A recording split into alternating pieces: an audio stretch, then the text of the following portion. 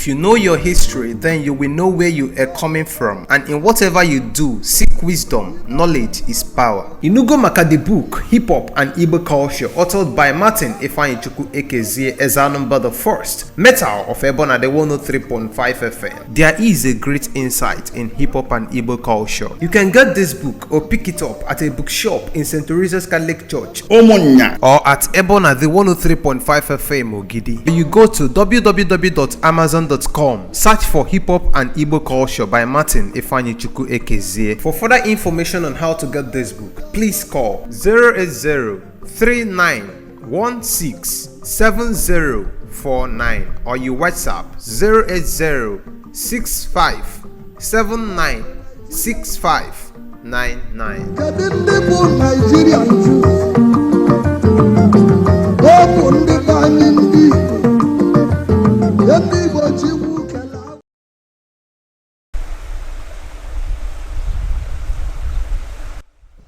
How Peter Obi and others destroyed Anambra State Water Corporation that was well managed by the military.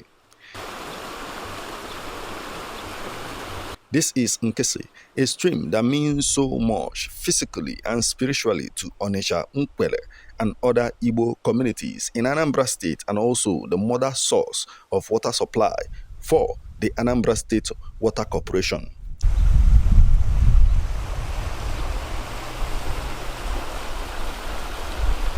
Nkesi is known as the Greater Onitsha Water Scheme by the former governor of Old Anambra State, Jim Nwobodo, who also was responsible for Enugu and Abakaliki Water Corporation as well. It's a Greater Onitsha Water Scheme.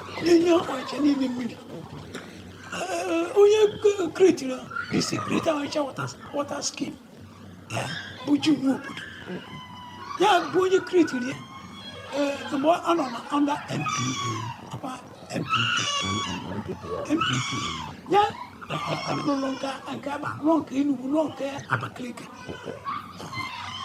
Nkesi stream is an evidence that infrastructures and basic amenities was better managed in the military regime of yesterday than the civilian dispensation today in Nigeria.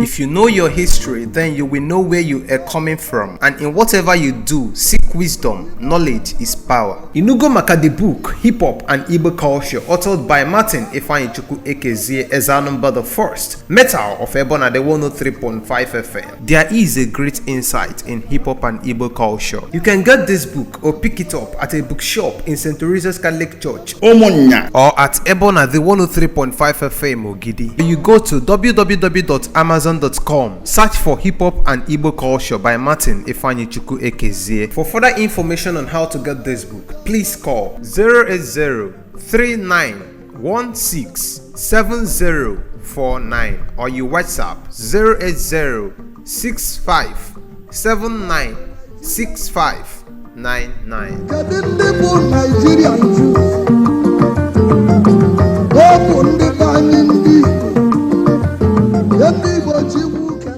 Though there was back and forth actions between Anambra State Military Administration of Colonel Mike Atta, Gaoba, and staff of Anambra Water Corporations about salary, but the situation did not deteriorate to the closure of an important industry that ensured Anambra people had access to healthy and portable water supply until civilian rule.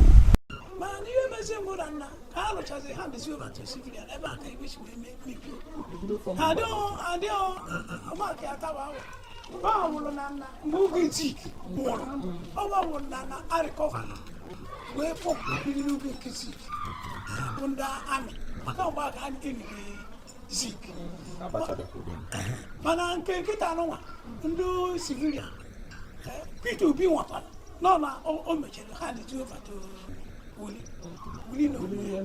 wuli n'onwe bịakwa mee Peter Obi mere flagging wuli n'onwe ya bịa kọmishọna ka kọmishọna si wee si ihe mere asị ya na intik nwe problem ebe a na-esi apọmpụ ọhụrụ watasị abịa from that place alụsị water bụ ndị PCI, that is ndị South Africa abazị sisi na ndị under ministry one commissioner in charge of utility that was just Jegozi you can see even from the pipeline and Today, people of Anambra State depends on boreholes for water supply, but according to a staff of Anambra State Water Corporation who pleaded anonymity, the water people of Anambra State consume today is not consumable and contributes greatly to loss of diseases in the state.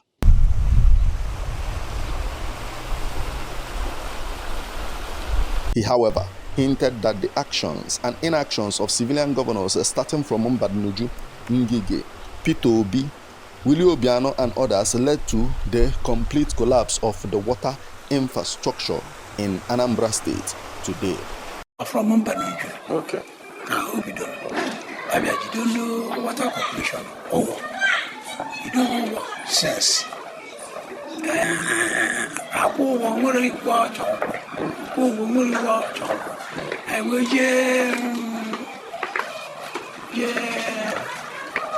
strike out. We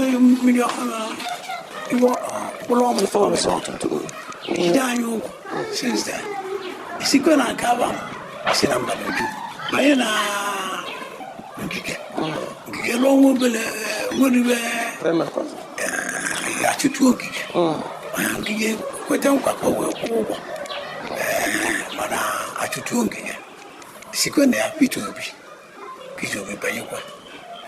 what? I took to go Peter Obi. Where but Utiaba, require some money. I wait you to you. You also but a man, Peter Obi, where by that one. No one's in corpus. Where video? Where was some few years? Okay. Or campuses for few years. Few months. Okay. From that place, which means you walk. But really true. Who is your choice? Massive, or choice, a one. I know now, not that. And you really have you are my own car. How much you pay? Take a contract. Never. Do PCI. Okay. Through Polpi. Okay. We make it here. Do Polpi well over you contact and do my line and do PCI from South Africa. So I don't where be as here. You come and tell me in Rochaya. I understand how you do a Rocha. It will be with me.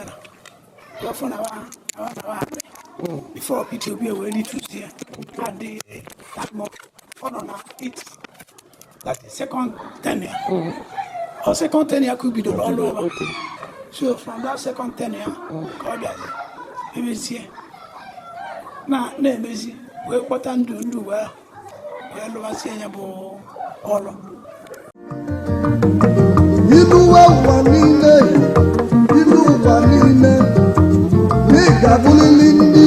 If you know your history, then you will know where you are coming from, and in whatever you do, seek Seek wisdom, knowledge is power. Inugo maka the book Hip Hop and Igbo Culture, authored by Martin Ifeanyichukwu Ekezie as Anambra the First, Metal of Ebona the 103.5 FM. There is a great insight in hip hop and Igbo culture. You can get this book or pick it up at a bookshop in St. Teresa's Catholic Church, Omonya, or at Ebona the 103.5 FM Ogidi. You go to www.amazon.com, search for Hip Hop and Igbo Culture by Martin Ifeanyichukwu Ekezie. For further information on how to get this book, please call 08039167049 or you WhatsApp 08065796599. Kedu ndị bụ Nigerian Jews? Ọ bụ ndị be anyị ndị Igbo. Ndị Igbo chikwu kele.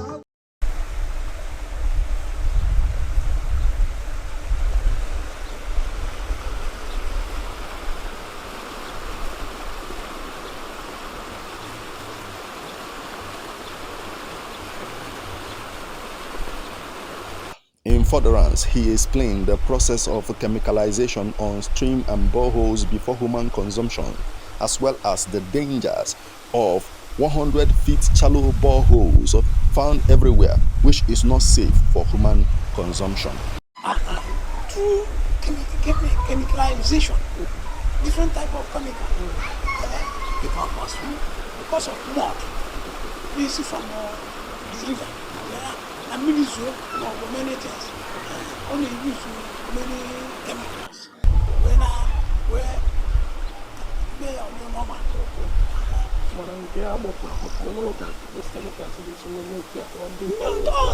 Like a GRW, we can water population. And they will live down a new 1,000 something feet. It will use a chemical where measuring your well do impurity. What again? This we shallow you want to do the like we want to when you deep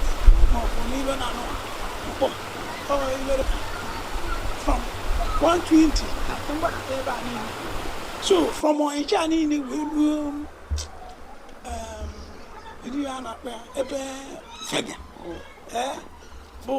even 100 feet. From wherever 100 feet or the same. I don't know. See for human consumption. For years now.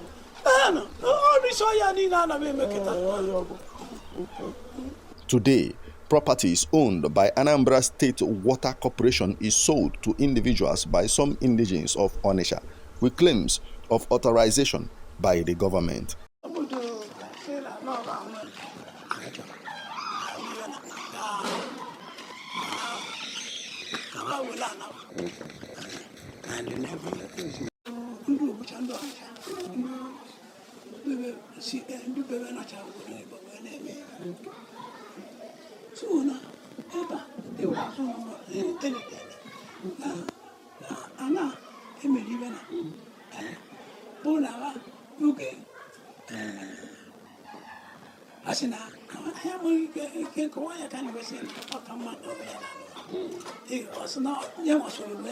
And in do super, they make utility. Utility.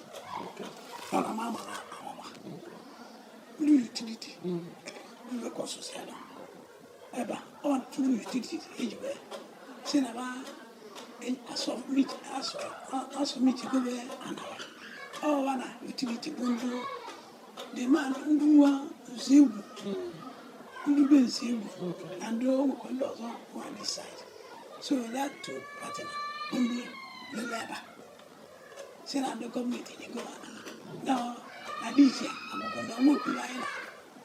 I am not a potassium. All of the plants, you put us on. And you go, wouldn't be. I've been saying, I got potassium. Mana, when they may have a very one structure. emetụkwa structure aka mana kịta ha elechego n'ego akwụkwọ na-eche ka emetụ structure aka o nwekwa nke dị n'azụ ụlọ etuke na-abata ndụ nke ahụ ejego ya na setụlụ enwebiga nkọwa. You will recall that some of the demolition of properties in Lagos was as a result of construction of buildings on pipeline of waterways. Meanwhile, some of the individuals who are now in possession of the land and properties of Anambra State Water Corporation constructed buildings on pipelines of waterways today.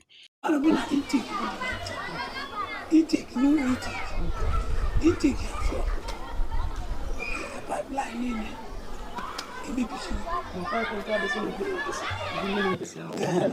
no, another intake. Another intake. Official. Mana ona abopu boreholes. Alo intake. Wodo wait.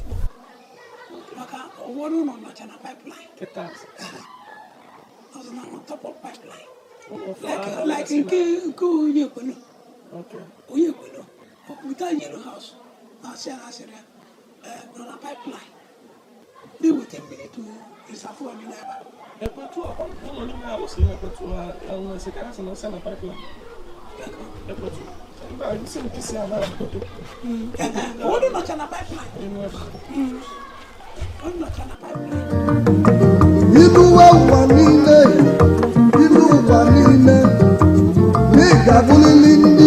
If you know your history, then you will know where you are coming from, and in whatever you do, seek wisdom. Knowledge is power. Inugo maka the book Hip Hop and Igbo Culture, authored by Martin Ifeanyichukwu Ekezie as Anambra the First, Metal of Ebona the 103.5 FM. There is a great insight in hip hop and Igbo culture. You can get this book or pick it up at a bookshop in St. Teresa's Catholic Church, Omonya, or at Ebona the 103.5 FM Ogidi. You go to www.amazon.com, search for Hip Hop and Igbo Culture by Martin Ifeanyichukwu Ekezie. For further information on how to get this book, please call 080-3916-7049 or you WhatsApp 080-6579-6599.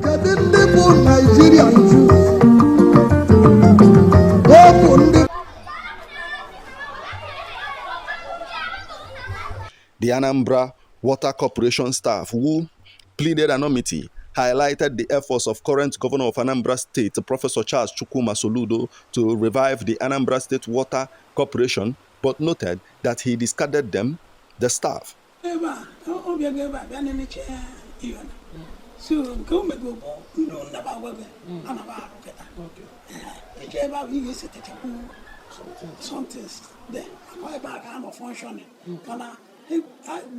kind of like our contractors won't do that. So I want to know I am a market. Not how why or why. We are one of our people. Why you go screaming? Where you are from? However, Governor Soludo was advised to remember that a workman deserves his wages, and he also explained the importance of allowing old staff handover to the young ones if he must actualize the Anambra State Water Corporation that Anambra State deserves.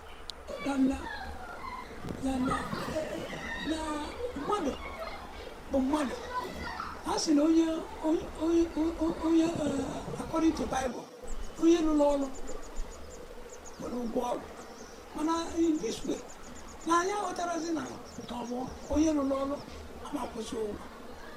and then also the old people, when we brought all the new people, and we were for that now. Like, you won't get my chief. Because now all the old Christian, I forgot that now. Got hand over to the new people. Even in the as usual. And the type of chemicals and it is. What is he mix here? And the thing on the working structure to suppose it was in Ketana, I vandalized even in Ototo. Like I will put you in vandalize ọtụtụ. So due to enwere ndị ezigbo ndị nche formerly enwefuru ndị nche ndị anyị emechee adị akwụrụ ụgwọ ebe a na-asị ebe che wee na intake mana enweghị ike meet up with the demand. The most this gbuli enweghị ike meet the demand. From that one I will see do civil defense. Do civil defense. Look at I was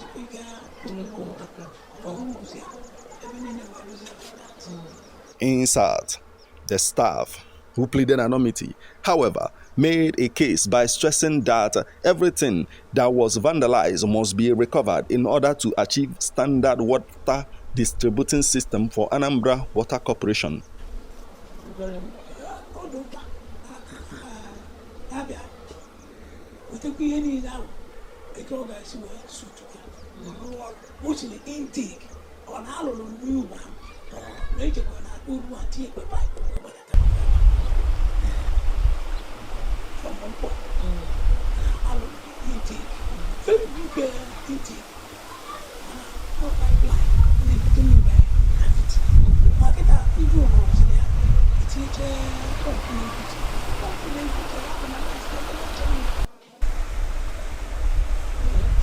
Vandalism ini loketa, konsep loketa.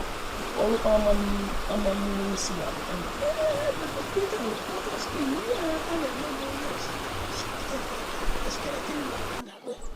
Because even in the upper skeleton wall, and the book, I'm a savage, enough. Like they will live.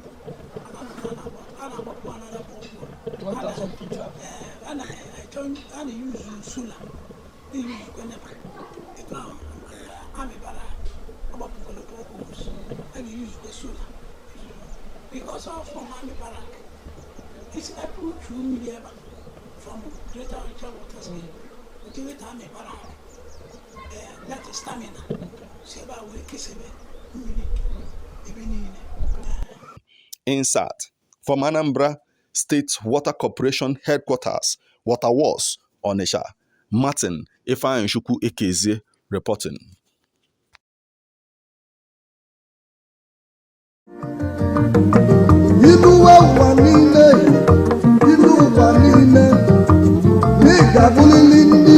If you know your history, then you will know where you are coming from, and in whatever you do, seek wisdom. Knowledge is power. Inugo maka the book Hip Hop and Igbo Culture, authored by Martin Ifeanyi Ekezie as Anambra the First, Metal of Ebona the 103.5 FM. There is a great insight in hip hop and Igbo culture. You can get this book or pick it up at a bookshop in St. Teresa's Catholic Church, Omonya, or at Ebona the 103.5 FM Ogidi. You go to www.amazon.com, search for Hip Hop and Igbo Culture by Martin Ifeanyi Ekezie. For further information on how to get this book, please call 080-3916-7049 or you WhatsApp 080-6579-6599. Kedu ndị bụ Nigerian Jews?